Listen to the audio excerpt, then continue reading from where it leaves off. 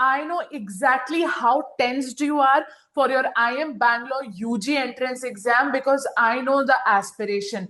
I know the result of this exam. I know कि आपको IM Bangalore में एक UG प्रोग्राम का पार्ट रहने का मौका मिलेगा and that is huge for you because दोनों ही प्रोग्राम्स बहुत ही प्रेस्टिजियस एंड बहुत ही अच्छे हैं जिसके बेसिस पे आपको बहुत ही अच्छी प्लेसमेंट मिलने वाली है which is why I am taking your prep very very very seriously and इसलिए मैं पर्सनली इन्वॉल्व हूं आपकी प्रेपरेशन में.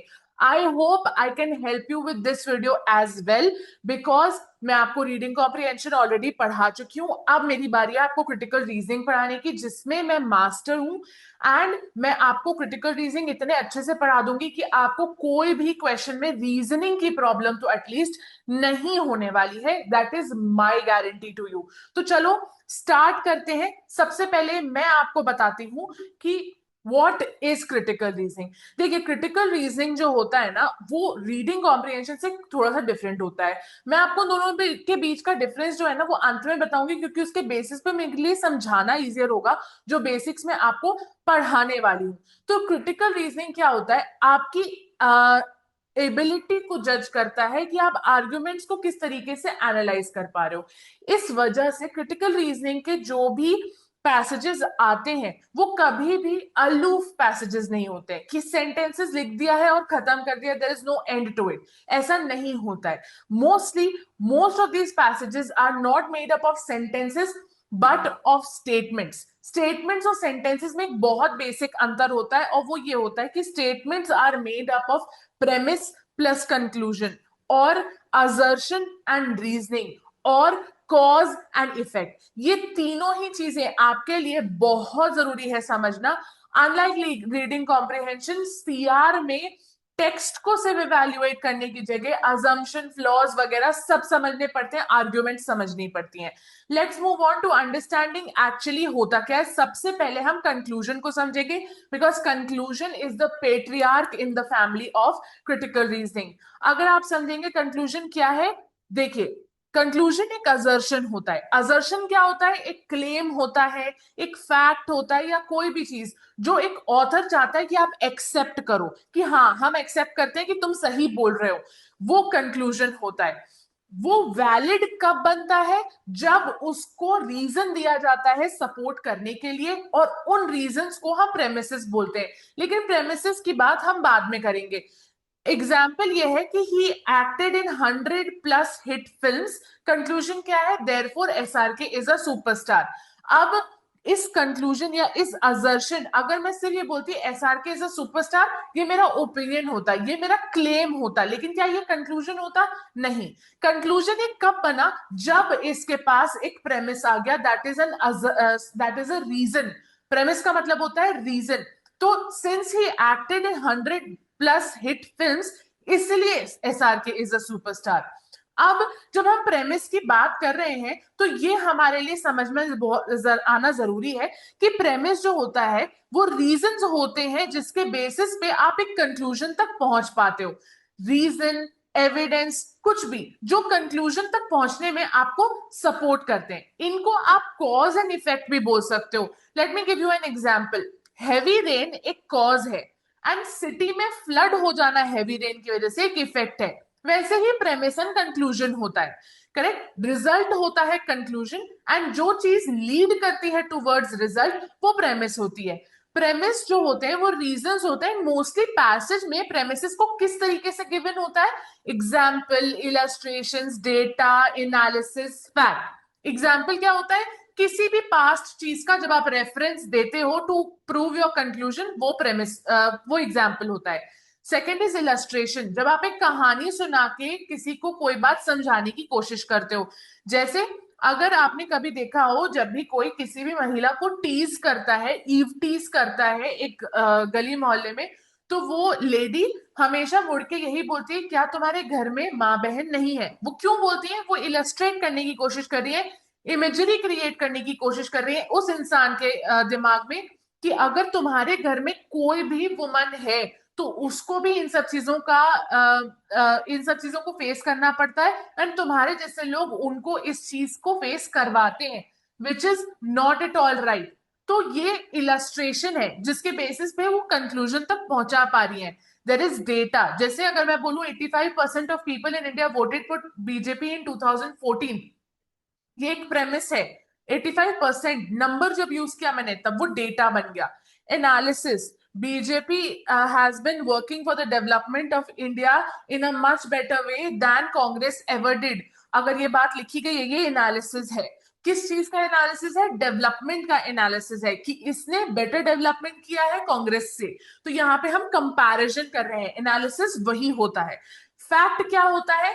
फैक्ट कोई भी चीज ऐसी होती है जो ट्रूथ हो या जिसको आप प्रूव कर सको, that is fact. Now the fact is the earth revolves around the sun. ये यूनिवर्सल ट्रूथ है. अब ये जो ट्रूथ है यही फैक्ट कहलाता है.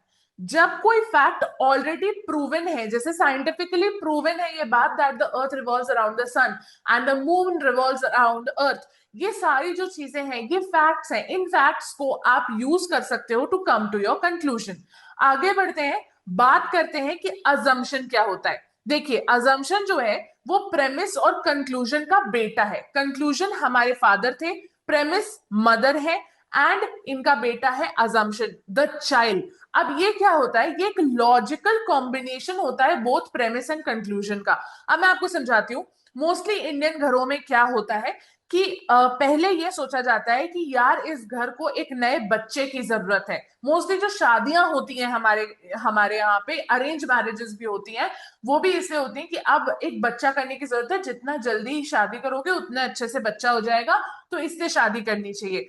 तो प्रेमिस और कंक्लूजन की जैसे शादी करा दी जाती है, लेकिन उसके पहले ये सोचा जाता है कि अब उम्र हो गई है कि ये इंसान एक बच्चा पैदा करे. तो अजम्पशन जो है वो एक्चुअली पहले आता है. अजम्पशन दिमाग में पहले आता है.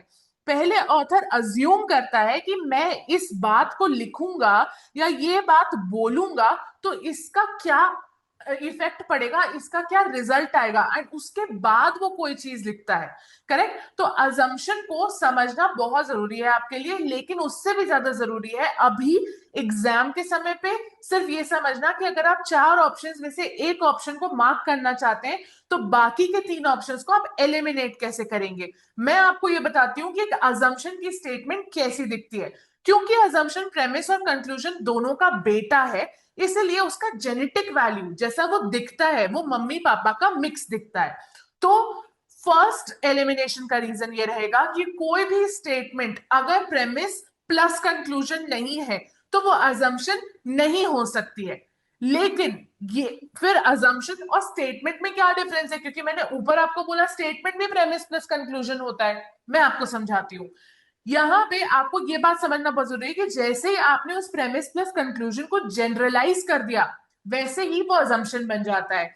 जैसे एग्जाम्पल ये है कि एसआरके ने 100 हिट फिल्म्स करी हैं जिसकी वजह से एसआरके इज द सुपरस्टार. ये हमने ऊपर एक स्टेटमेंट पढ़ी थी. अब वो एक अजम्पशन कैसे बन जाता है? जैसे ही आप उसको जनरलाइज कर देते हो. Anyone who has acted in 100 hit films becomes a superstar. तो ये क्या बात है? ये जनरलाइज्ड है. ये एक स्पेसिफिक केस को जनरलाइज कर दिया गया है, उसके बेसिस पे एक स्पेसिफिक स्टेटमेंट एक अजम्पशन बन जाती है. तो आपको ये बात समझना जरूरी है कि आपके लिए क्या इंपॉर्टेंट है, अजम्पशन की डेफिनेशन इंपॉर्टेंट है या अजम्पशन को पिक करना इंपॉर्टेंट है. ये तरीका जो है ये आपको पिक करने में मदद करेगा. थर्ड है, it must be hidden. Paragraph में गिवन नहीं हो सकता. अजम्पशन को आपको ढूंढना पड़ेगा. इसलिए जो क्वेश्चंस भी होते हैं मोस्टली वो सिर्फ और सिर्फ आपसे यही बोलते हैं कि अजम्पशन को एक्सट्रैक्ट करना है आपको पैसेज में से. Last is it must not be extreme. Extreme का मतलब जो आप समझते हैं कि ऑल, ऑलवेज, नेवर जैसे वर्ड्स को यूज नहीं करना चाहिए, आप बिल्कुल सही समझते हैं. लेकिन मैंने उसके डेफिनेशन में कुछ ऐड किया है जो आपको और ज्यादा हेल्प करेगा.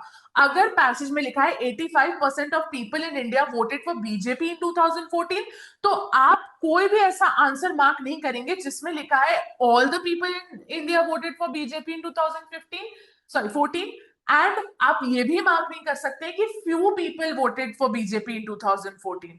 आप ये दोनों ही चीजें मार्क नहीं कर सकते, मतलब आप ऑल को मोस्ट एंड फ्यू नहीं बोल सकते, मोस्ट को ऑल एंड फ्यू नहीं बोल सकते, आप फ्यू को भी ऑल एंड मोस्ट नहीं बोल सकते। तो फॉर एग्जाम्पल अगर पैसेज में लिखा है that 100% of women are bad drivers, तो आपको ना चाहते हुए भी ऑप्शन मार्क करना पड़ेगा कि all women in India are bad drivers. Do you understand? तो इस तरीके से एक्सट्रीमिटी को देखा जाता है। अगर पैसेज में ऑल लिखा है तो आप ऑप्शन में भी ऑल को मार्क कर सकते हैं। नेक्स्ट इज, सबसे पहले हम समझ लेते हैं इन्फरेंस क्या है। इन्फरेंस बुआ है अजम्पशन की, ठीक है। हम जो एनालॉजी में देख रहे हैं, कंक्लूजन पापा है, प्रेमिस मम्मी है, अजम्पशन बच्चा है, तो ऑब्वियसली बात है इन्फरेंस जो है वो बहन है कंक्लूजन की।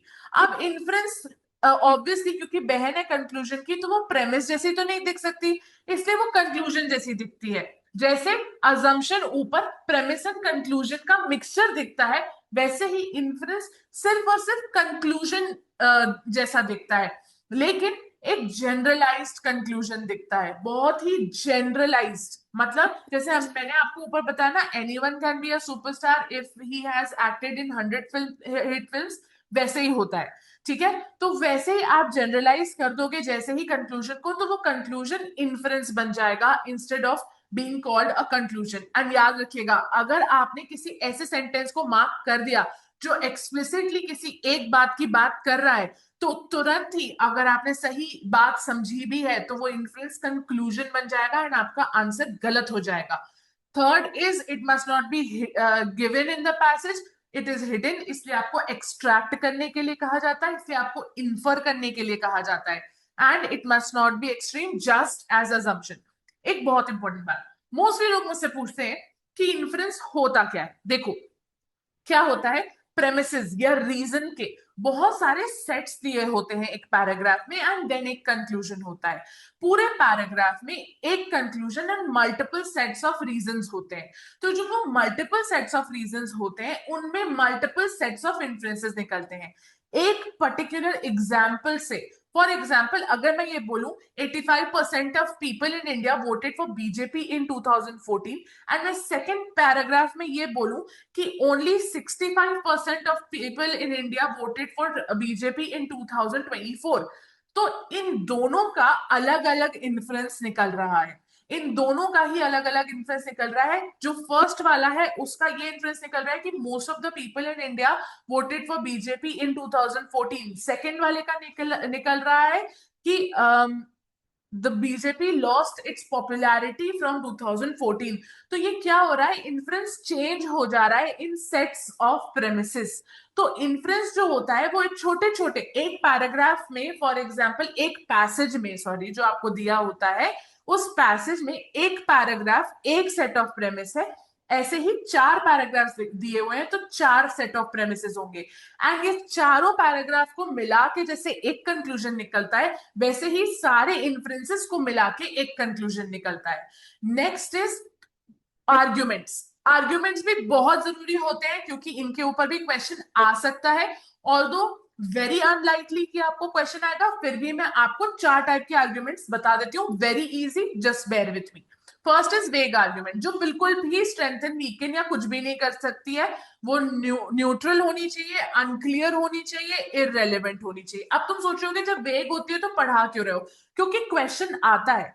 क्वेश्चन इस तरीके से आता है कि which of the following will the author not agree with. तो जब आपसे पूछा जाए नॉट अग्री विथ, तो वो वेग आर्ग्यूमेंट आपको ढूंढनी है जो कि न्यूट्रल होती है, अनक्लियर होती है एंड इररेलेवेंट होती है। सेकेंड इज स्ट्रेंथनिंग आर्ग्यूमेंट, जो स्ट्रॉन्गली सपोर्ट करती है ऑथर के पॉइंट को और उसको और स्ट्रेंथन करती है, ताकि ऑथर अगर किसी डिबेट में जाए तो वो उस बात को जीत जाए। तो इसलिए उसका डायरेक्ट, स्ट्रॉन्ग एंड पॉजिटिव होना जरूरी है। वो न्यूट्रल, इनडायरेक्ट एंड नेगेटिव नहीं हो सकती। अब मैं आपको समझाती हूं इसका मतलब क्या है। डायरेक्ट का मतलब है कि सीधी जो बात पूछी गई है, जिस चीज को स्ट्रेंथन करने के लिए कहा गया है उसी चीज को स्ट्रेंथन करो। स्ट्रेंथनिंग आर्ग्यूमेंट के अलग अलग टाइप के क्वेश्चंस आते हैं। ऐसा हो जाता है कि पैसेज में से आपको एक सेंटेंस निकाल के दिया जाएगा, एंड उस सेंटेंस के लिए बोल दिया जाएगा इस सेंटेंस को स्ट्रेंथन करो, तो आपको सिर्फ और सिर्फ उसी सेंटेंस को स्ट्रेंथन करना है directly. Secondly, it should be very strong, ताकि वो आपकी नींव को स्ट्रॉन्ग कर पाए, आपके बेसिक को स्ट्रॉन्ग कर पाए। थर्ड इज कि उसका पॉजिटिव फ्लो होना चाहिए। ऐसा नहीं होना चाहिए कि आपने ए को स्ट्रेंथन करने के लिए बी को पहले वीकन किया तब जाके ए स्ट्रेंथन हुआ है। No, that is not strengthening argument. Third is weakening argument. ये जो क्वेश्चन होना चाहिए, ये भी सॉरी, ये जो ऑप्शन होना चाहिए, ये भी स्ट्रॉन्ग डायरेक्ट होना चाहिए, लेकिन नेगेटिव फ्लो में होना चाहिए। मैं आपको समझाती हूँ कैसे। इस आर्ग्यूमेंट को अटैक करना पड़ेगा ऑथर के पॉइंट को इतनी जोर से कि ऑथर का पूरा पॉइंट एकदम खत्म हो जाए, बिल्कुल जीरो हो जाए। तो इसीलिए वीकनिंग आर्ग्यूमेंट बहुत ज्यादा जरूरी है आपके लिए, ये बहुत ज्यादा स्ट्रॉन्ग होनी चाहिए। नेगेटिव फ्लो का मतलब, अगर आपको किसी एक पर्टिकुलर बात को वीकन करने के लिए कहा गया है, तो आपको उसको वीकन करना पड़ेगा, ना कि किसी और चीज को बेटर दिखा के अपने जो आर्ग्यूमेंट है उसको बुरा दिखाना। Last is supporting argument.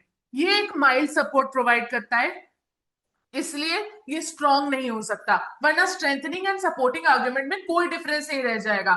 तो इसलिए माइल्ड सपोर्ट मतलब ये न्यूट्रल होना चाहिए, बट क्लियर होना चाहिए एंड पॉजिटिव होना चाहिए। जैसे स्ट्रेंथनिंग आर्ग्यूमेंट पॉजिटिव था, आप किसी तीसरे को गिरा के सपोर्ट नहीं प्रोवाइड कर सकते।